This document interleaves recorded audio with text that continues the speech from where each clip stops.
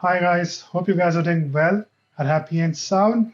Welcome to the second part of the UK with Rajkaran Singh. So in the first part, if you have missed it, please make sure to watch it. The link is down in the description as well as you'll get it in the I button above. So please make sure to watch the first part so that you are along with us on the journey of Mr. Rajkaran for UK.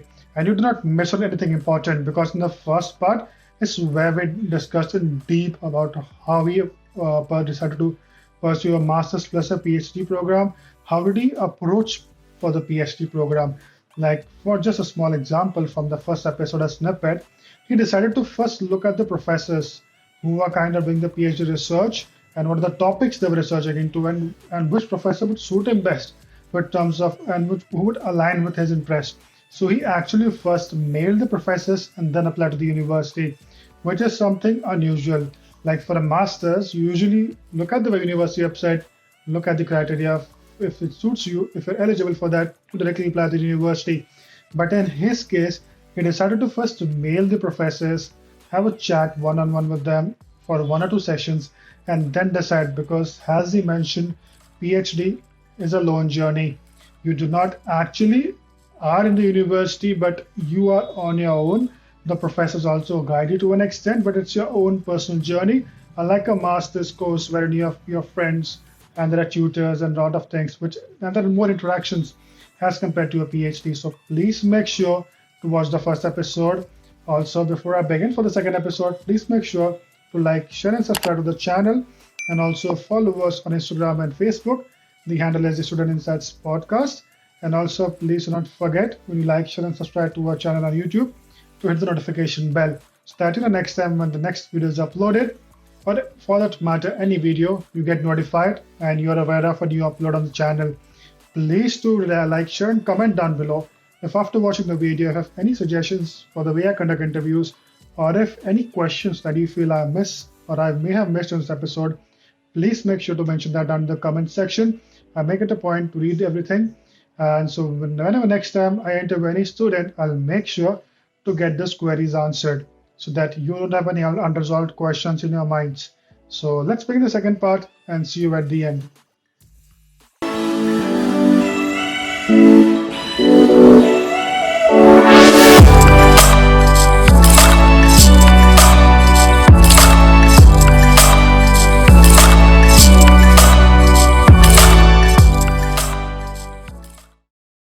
Darshan, how did you manage your accommodation for the few initial starting days? Did you stay at a friend's place, or did you book a special or a hotel or a backpacker's room for the initial stay?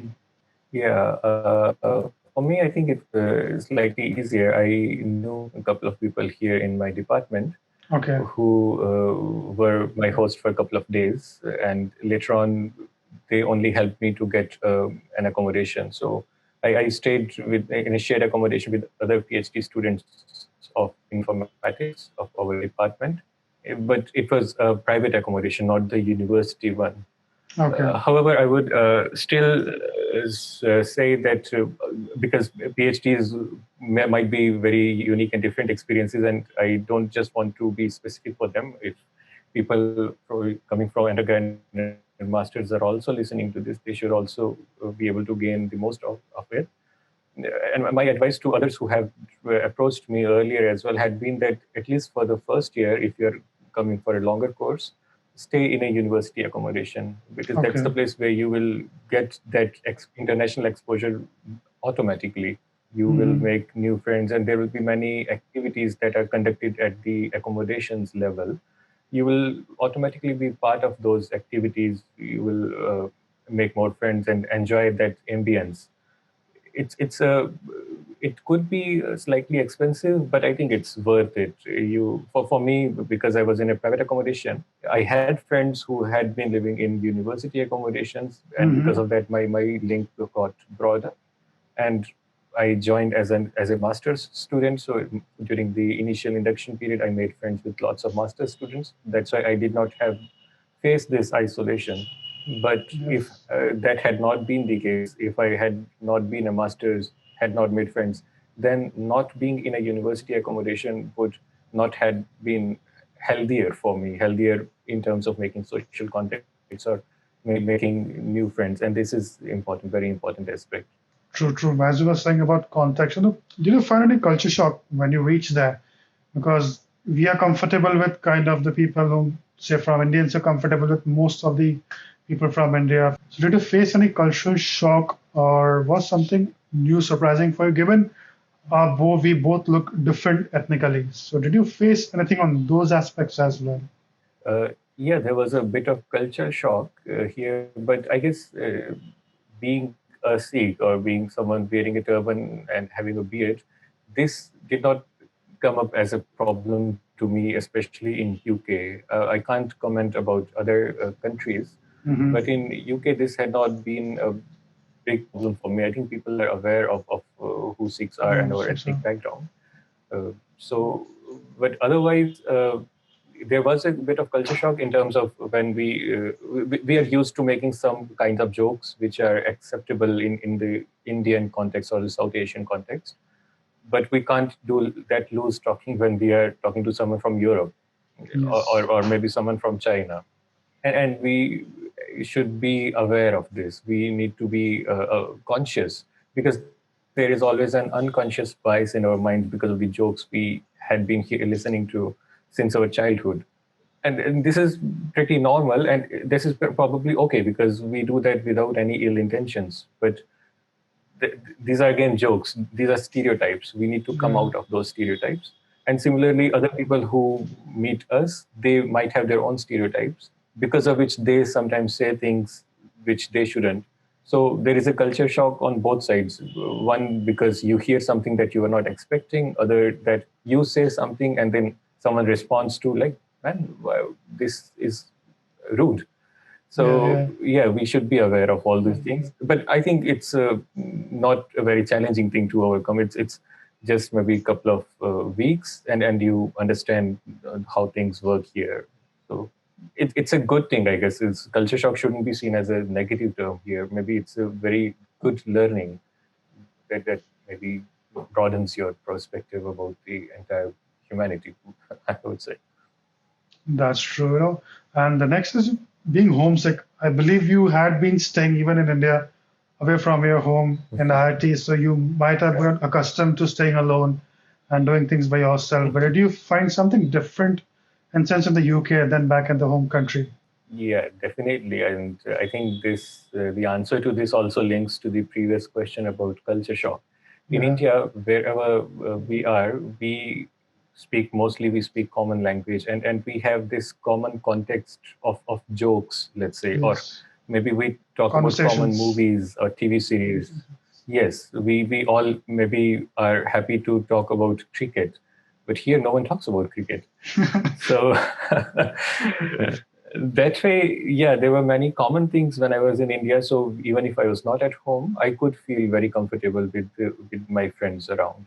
Hmm. Here, making new friends, but again, learning their culture, their values, and kind of imbibing them.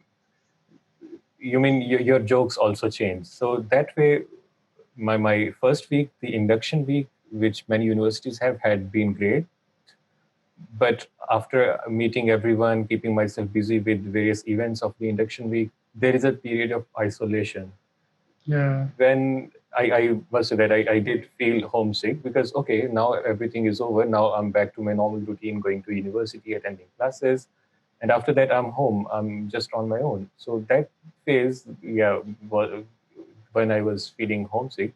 But yeah, it got over with time again because I made some friends who were there for the long run with me and did spend time with them. Of course, this was needed to get out of this nostalgic feeling probably from my home. That should also, I believe, in the beginning, you're very excited to be in the new place. So that kind of Yeah. overpowers your emotions and you're overwhelmed with what you see. Everything is new for you. As things start sinking in, that's when the reality hits you hard, and that's when you kind of start remembering home and you become a little emotional about that. Yeah, completely agree with that. Yeah, this is a phase. Initially, you are very excited, very happy, but then there is a dip in your adrenaline levels, probably. But then it gets normalized. That's true. Yeah. That's true. And you've been talking about the induction week. So what is the induction week that you're talking about? How does it happen? Like how long is it? Okay, in our case, it was a week long, and some of the events did stretch beyond a week as well. So, Hmm. and this is a good thing about being in a good university or a big university which has a great international student intake, because universities are responsible for taking care of all its students, and Hmm. this induction is part of that. So they make sure that induction covers everything related to any concern that anyone can have. For example, these workshops on culture shock were there, and Hmm. then there are many societies in the university with their own interest groups. For example, there is a Harry Potter society in our university for people interested in that series. Hmm. Then there are other societies related to music and dances, bhangra, and so on. That's So how we met. they do exactly, and I deliberately mentioned that to bring out those memories. Yeah, I remember having that session, the trial session, Trial and session. everyone enjoying Bhangra. Yeah, and especially people from the non-Indian background, they were enjoying Sure. that session very well. So yeah, this Sure. is Sure. the great part when you do get exposure to various societies, and each society exposing you to different countries, cultures, values. For example, there was salsa society, there were Yes. societies about mathematicians, and all those were student-run societies. And this is one part of the welcome week where you get to see what university offers apart Hmm. from the academic side, where you just go and attend your classes. But this is beyond academics, and joining a couple of those societies would be helpful again to make new friends. Apart from that, what this university offers is part of the induction week, and then there are city tours. They will take you to very famous places inside the city, like a half an hour trip, uh, which is also helpful for you to getting acquainted to the city. And these are again free of cost, organized by the students, just for Hmm. you to get acquainted with the city and get used to the vibes of the city. They, for example, took us to the nearest IKEA where we could buy furniture and other stuff for our homes. So this was a very good thing because I wouldn't know where to buy these things, and the university societies had already organized it for us. And there would be evening socials, like pub crawls or even dance nights, all these things to gel people with each other. And this is the phase when you forget completely about your home country, about your family and all, and you enjoy the most of the new thing because you have already come out of your home country with this vibe of enjoying. That's probably the first thing that you would want to do when you are in a new country, in a new city. So Sure. there's a lot of good things that we do have during the welcome week. It's a nice experience to have. Many friends, they did miss it because they delayed coming here, and they do regret not attending it. Yep, sure, sure. Still remember, it's kind of really good for, as you mentioned, to get acquainted to the university. You realize, otherwise, if you miss it, you do not know what are the things to be are being offered on the plate. So you miss on that. But if you are aware of it, and these are really good break from your monotonous university life. Like I remember going to the poetry club. It would happen every alternate Thursdays. It would be just the spoken word poetries, and I'm nobody who's been ever listening to such stuff, but I started enjoying that because that was there were students, the topics they would talk and speak on were our common conversation points. So you kind of started relating to them and enjoying that, and it kind of refreshes you. Otherwise, being a university, especially postgrad student, you're so busy with your university lectures, your presentations, your research work, your reading, and you have to adjust to the Yeah. new culture, the new study pattern, which is my next question for you. So you have done your undergrad plus your master's in India, and then now you went for the master's again and a PhD. So what are the major differences you found in both these study patterns? Okay. I think it's a huge difference. The way teaching is performed in India, I don't know what are the right words or right way to put it, but in here they try to make students more independent. Yeah, yeah. So you would be introduced to a concept in the class, but then you will get those assignments which are very rigorous, and these assignments are the way for you to learn and grasp that subject properly and in depth. The professors are accessible, but not as much as they would be, I guess, back in our country. We could just go and knock any professor's door, and they would be happy to treat us. But here we have dedicated office hours for every professor, and he wouldn't be happy to entertain you beyond those hours because he has other commitments as well. So this was second difference. Thirdly, I think the number of hours that a subject is allocated. In India, I have seen in various courses that number of hours is higher, probably reaching till 40 or 50 hours per semester for each subject. But in here, it's probably 25 hours.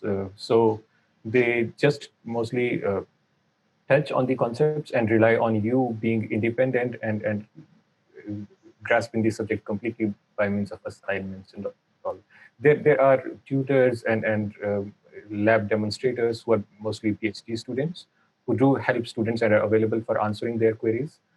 So it's a hierarchical structure here. You may not need to go to the professor for every question that you have about the course, but you'll have those intermediate tutors or teaching assistants that could help you. These are some of the differences, I think, from the Indian system that I have seen here. Apart from the teaching and the kind of the things work, what are the kind of facilities that the university is providing you, like in terms of labs or libraries? How does those things work in the university? Yeah, I think the infrastructure may vary based on which university you are at. I can therefore maybe comment about the University of Edinburgh. It has a very big library. Uh, but I think maybe undergrad and master students are the ones who spend most of their time in their libraries because they need to study from the books. As a PhD, as a researcher, I have a dedicated office, which is my lab in my department. So for me, it was more preferable to stay in my lab, have my desk. I was given a dedicated computer to work on, and we mostly read research papers, which are these days available online. So maybe I was not an avid user of library, but for many undergrads and masters, it is a very good infrastructure and resource which is provided by the university. But for us, they do provide us dedicated desktop and lab space to work. And when I remember I did my classes, there had been a mixture of online classes as well as offline, like on-campus classes. That structure had been followed earlier as well.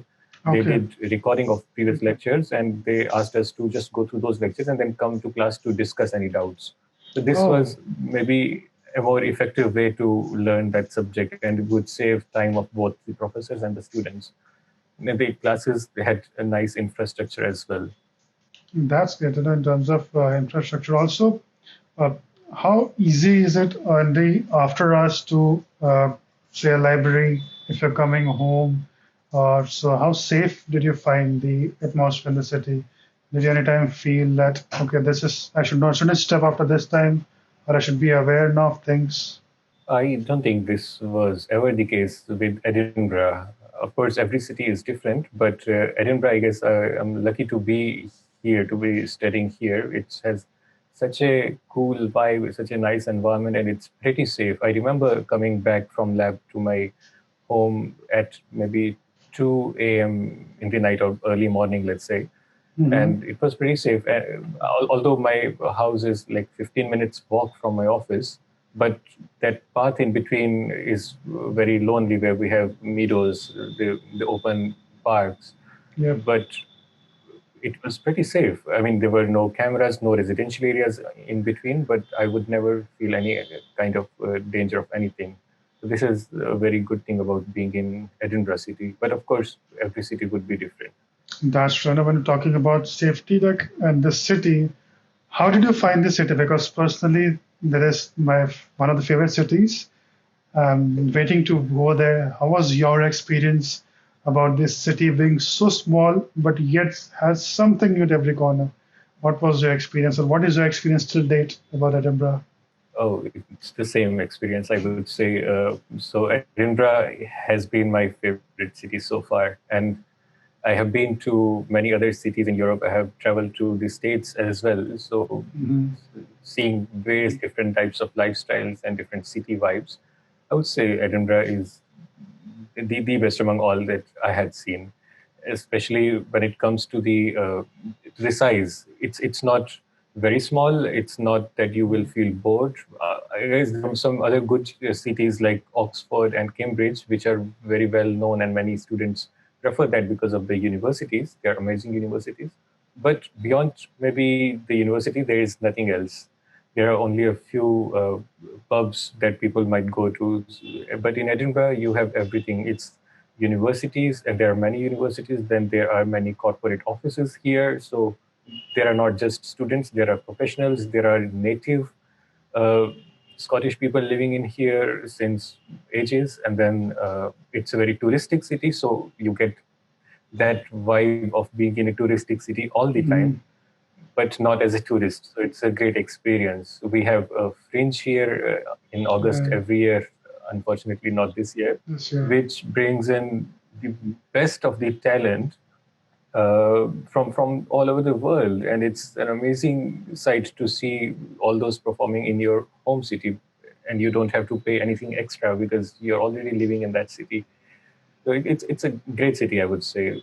It's not okay. So one aspect was it is not a very small city like Cambridge or Oxford, and then it's not a very big city like London, which many people do not prefer because of two reasons. One, that it is expensive. It is hub to many big corporate offices, and that's why it is expensive living there. Secondly, the traveling time. So I reach my office in 15 minutes walk, but in London, I guess I would have to travel for at least an hour on the tube or by bus. So that makes a huge difference again. So it's a best of both. It's a nice combination, I guess, being in Edinburgh. You enjoy the best of both worlds. That's right. We cannot miss the weather when we talk about any Scottish city. So would you like to share how good the weather is? Okay, you want to hear the truth? Yeah, sure. Okay. I guess I should say that I got used to it.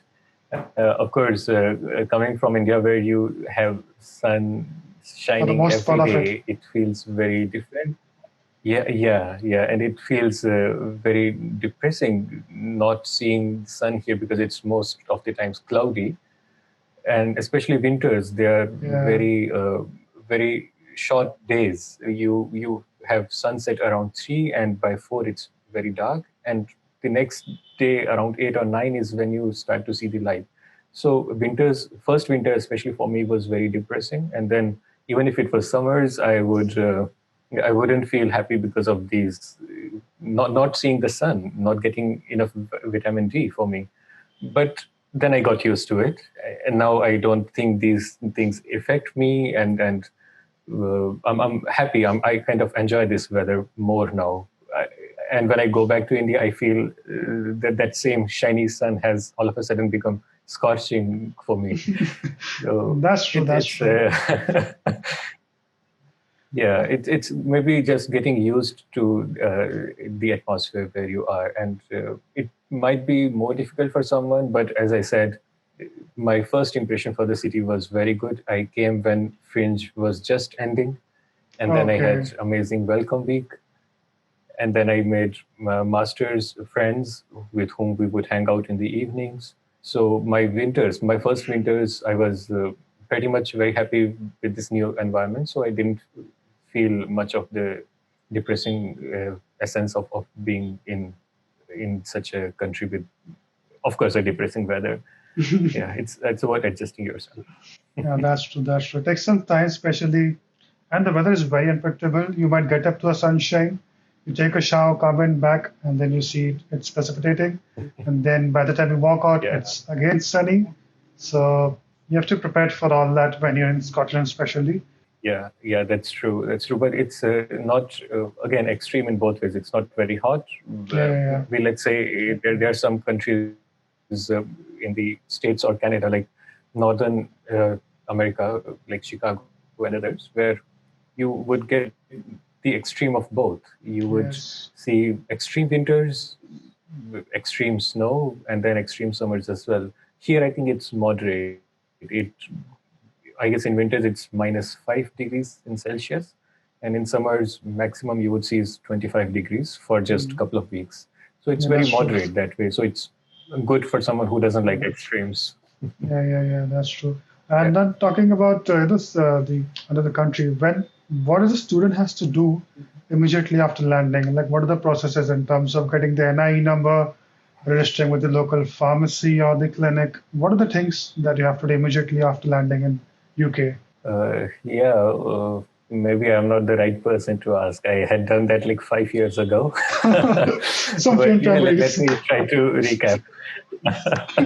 Yeah, of course, the first thing is making good friends. That's really important. Yeah, I think this welcome week has this thing as well sorted for you. Most of the things what you have to do, that there is well-defined procedure, and it is communicated to us by email and also in the Mhm. university websites that what all things you need to do. So Okay. we become aware of it even before we land. But for me, I remember it was probably first is matriculation, that is official registration in the Registration. university that you have arrived. So Sure. this was the first formal thing that I had to do. I mean, welcome week is not mandatory, but it's still mandatory for you, not as an Yeah. official procedure.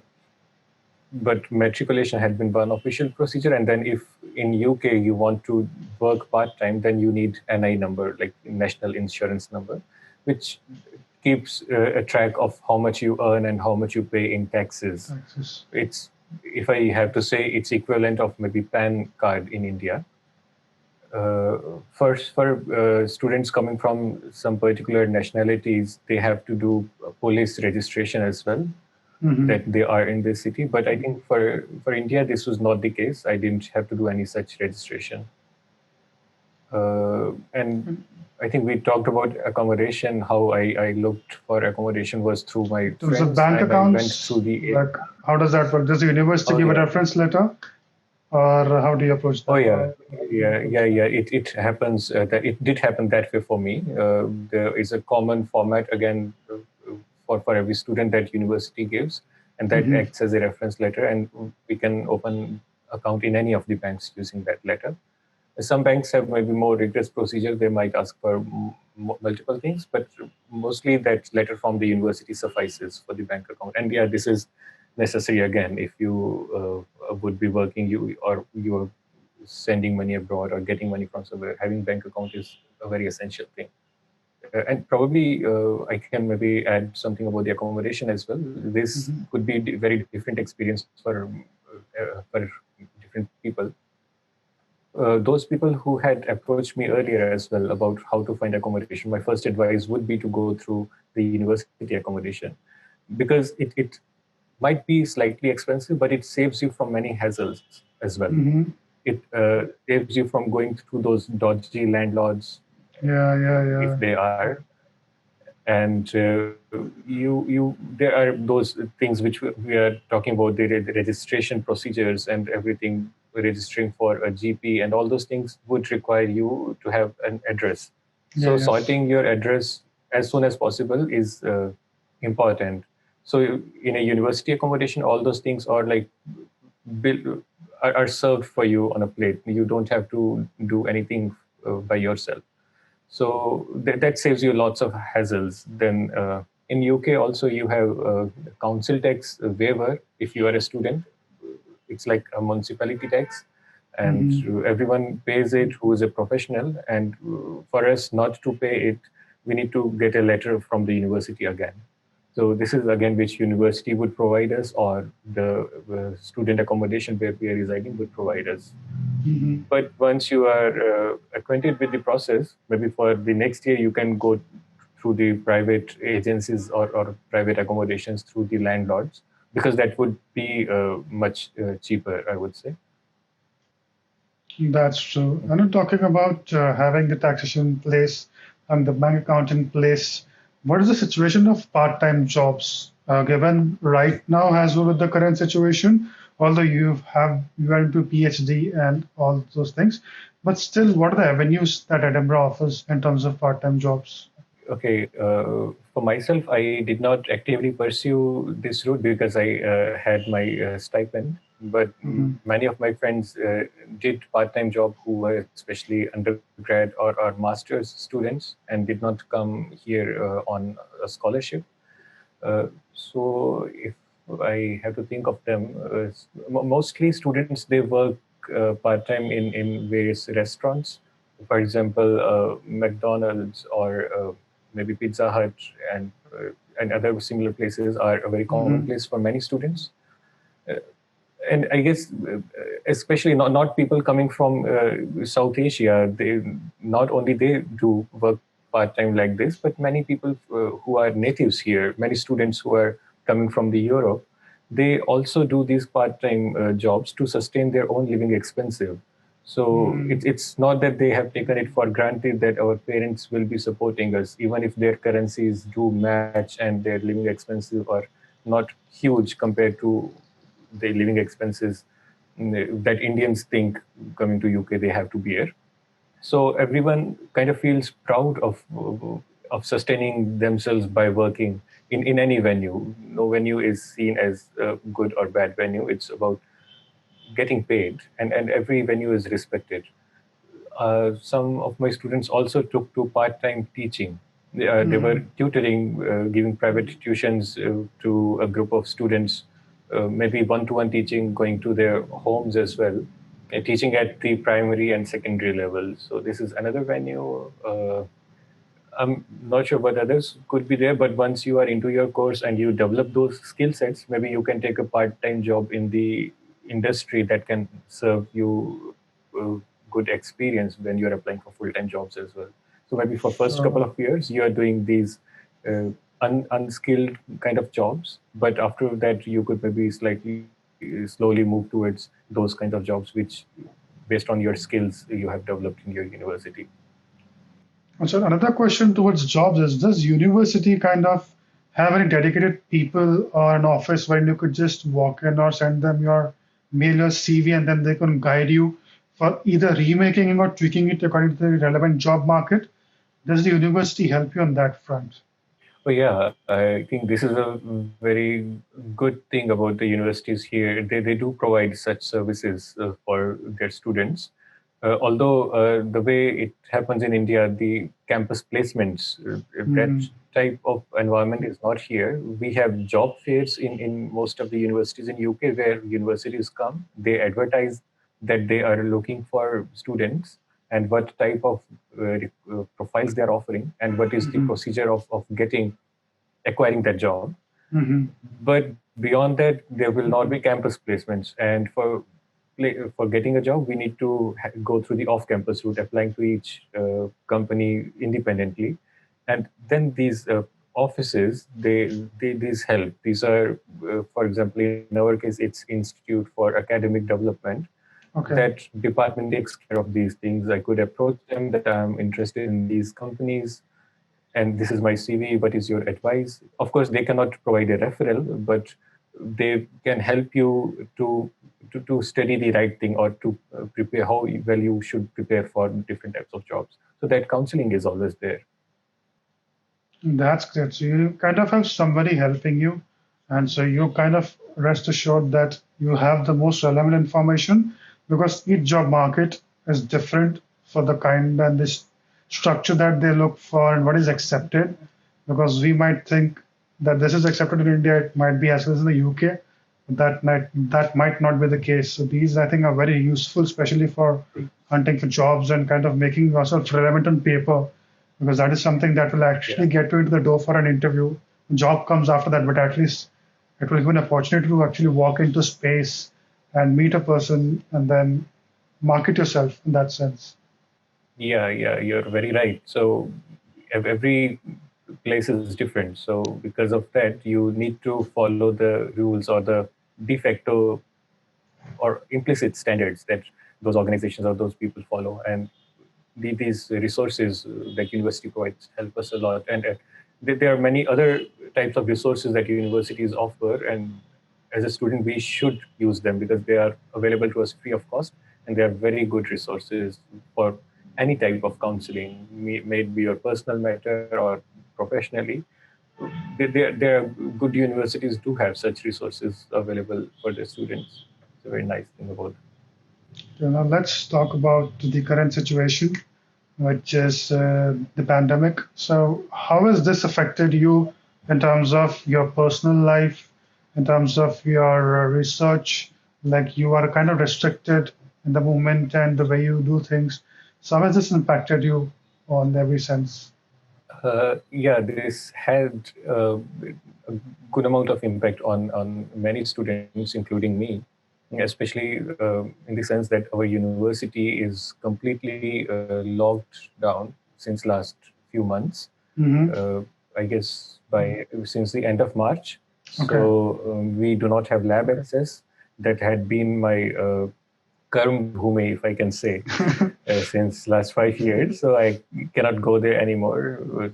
But maybe again, the good thing for me was that most of my work is not lab equipment based. So the things that I Um, needed from my lab, I could grab them and could work on them on my laptop. This is essentially possible because I come from a computer sciences background and I just mhm. need my laptop and some software.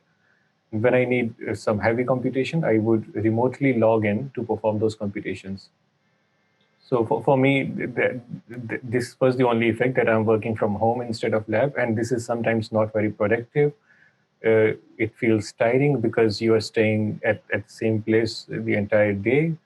Otherwise, if I would be going to university, that by default, I would change my environment from home to office and then having a work in between. So all those things which were automatically happening part of my daily life got missing, which did affect our productivity and other things. Otherwise, I guess it had majorly affected some other labs, some other students, where they were completely dependent on labs and they are not able Mhm. to progress with their research because of that. So it would depend upon each person what type of work they were doing. Apart from my research or academics, for me especially did not affect, but maybe other students also faced this issue of getting a job during this scenario, even if they were working Yes. part time in an unskilled market.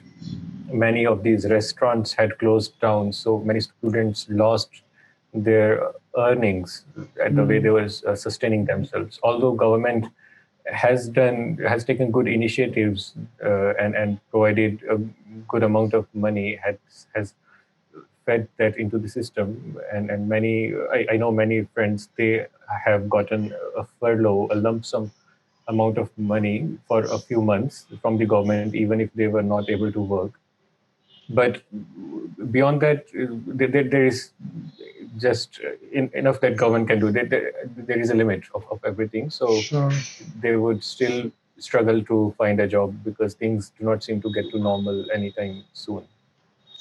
And in terms of your access to professors, labs is one thing, and then if you have certain doubts and if you need a certain handholding in a space, so how does that work now? Do you mail and then they reply you back and then decide on a particular time? Because that access has also changed with you not being able to approach in a central meeting point, and that's the university.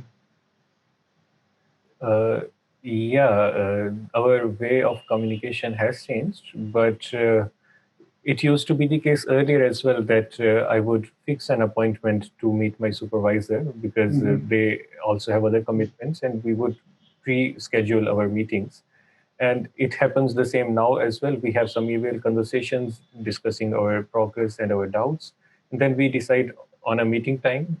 So this had been the usual case as well, but now just that the meetings are happening over Zoom or Skype or other channels instead of a physical meeting. Physical meeting does help in a way that you can have more clearer conversations. However, given this scenario, this is the best we could have, and this did not have much of a detrimental effect. It's just the mode has changed, but our communication is still there. We know that the supervisors are still accessible uh, most of the time. It's just about emailing and fixing a meeting. And also, how's the situation in terms of the jobs, the actual, not the part-time jobs? So if you're looking for a job into your own industry, so how is that impacted? Are there intakes still happening, interviews still happening, or has the amount of percentage decreased drastically for that? I'm not actively looking for a job, so I don't know the exact ground scenario. But again, based on my conversations with my friends, Hmm. what I know is that it has definitely been affected. The number of openings have reduced Hmm. considerably, as my contacts tell me.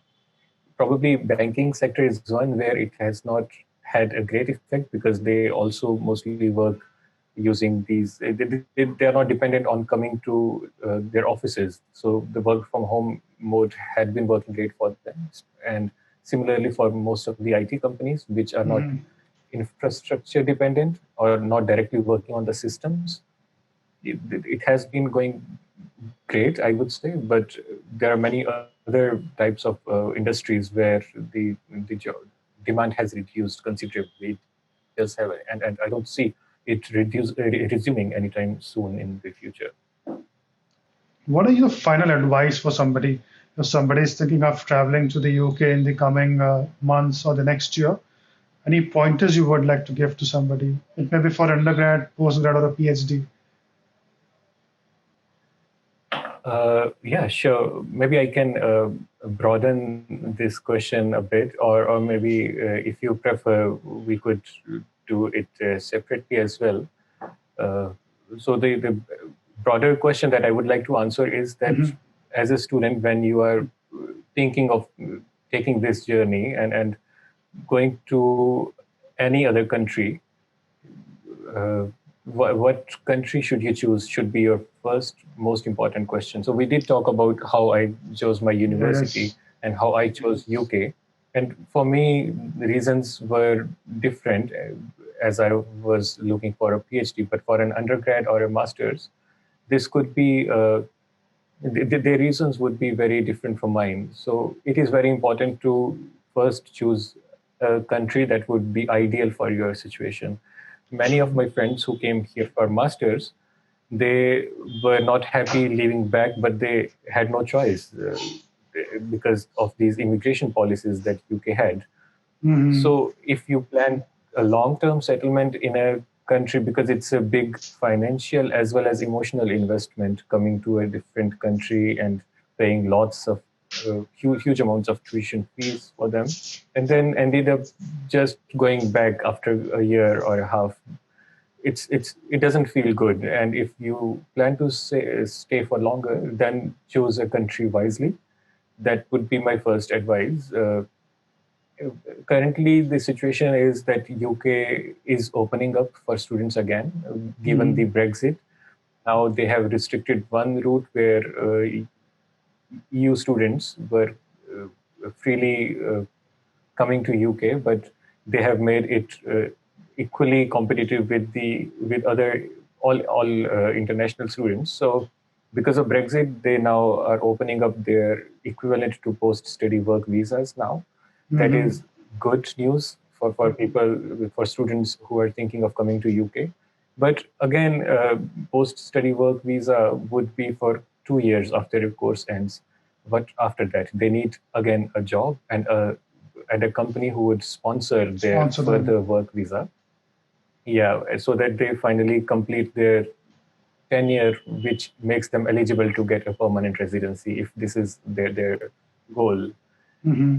So this was the case with UK, and it keeps on changing because of Brexit scenario and other scenarios. But the changes towards the positive side for immigration, I would say. Uh, Currently, if someone is thinking of moving to Canada, I think it is more open to students towards immigration. There are higher chances that you will end up getting a permanent residency Permanent if you move to residency. Canada. Yeah, and so this, if this is your goal, this should be the most important aspect, which country you want to apply. And maybe if I talk about New Zealand, this is also a bit lenient as of now, as it seems with the current immigration policies, maybe Hmm. slightly lesser lenient than Canada, but definitely more lenient than UK. So that's a hierarchy probably if settlement is your concern. And the states, it's changing every day. We cannot comment on It's a what's going puzzle. on there with its policies. It's a puzzle where the politics and bureaucracies are affecting it a lot. So yeah, we never know. And even if we get a job there, we get a sponsor in the States after our studies, it's a long process to get the green card there in the Yeah, States. yeah. So if you are like, I want the best in terms of resources, and America is one of the best countries to live in, given it has very good resources, and it's one of the superpowers as well, if not the superpower. Hmm. So there are many good reasons of living in America, but because you cannot get a permanent residency there, you risk coming back. So it may not be a risk worth taking. Hmm. So this was one important thing I wanted to mention about choosing your country of study wisely, Hmm. and maybe after that, if someone decides to come to UK, given it is an English speaking country, given that if you're a master's student and you have a dependent, your partner, she can work here, and now that the post study visa routes are also opening up, then what you should consider here is that it's one thing maybe is the weather. It's very different Yeah, from India, sure. but you will get used to it. So don't worry about that. It is a bit of a culture shock, but that's again not something to be worried about a lot. And there is a big Indian community, or rather South Asian community in UK. You can make good friends with them. You can mix up with them if you feel homesick. But you should also utilize this opportunity to mix up with people from non-native background. Uh, what else can I think as of now? In terms of the job market, how do you see? Was it worth coming there, investing the money, time, and in the long run? Do you see markets opening up or something of that sort? I think if someone is immediately thinking of coming to UK, I am not sure because of the COVID situation. Nothing is certain, and there has definitely been a reduction in the hiring process. Hmm. But I guess London had been or has been an economic hub, had been a financial hub for years. So and probably for IT industry as well, there had been opportunities. So, if not immediate, in the long run, there will still be many opportunities. There could also be some arenas to explore, like if you are coming in UK for studying. Again, I'm not sure about the immigration policies, but if this allows you to find a job in the Europe, then Hmm. that again opens up lots of job opportunities, because that's again a huge industry, huge market out there in Europe.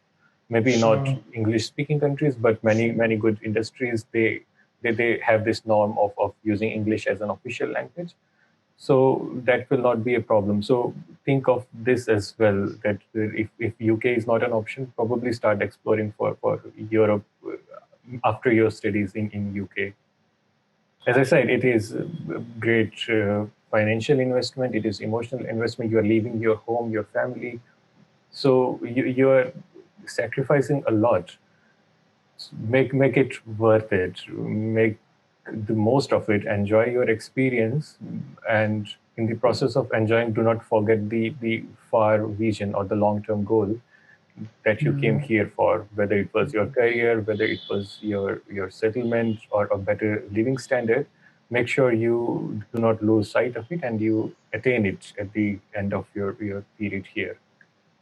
That's very important. Not losing sight of your final vision, your final destination.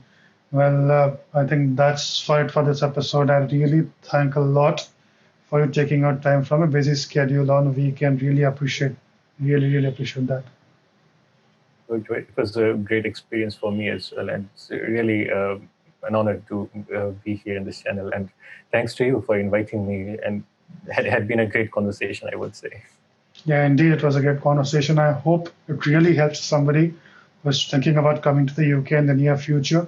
and they get the best of this from this. And that's about it. Thanks a lot. Please stay safe, and we'll definitely meet soon. As I mentioned, I'm looking for an opportunity to be there back and live those memories back. Of course, anytime you're most welcome. Of course, I would like to see you here again and maybe relive all those fun moments that we did earlier. Sure.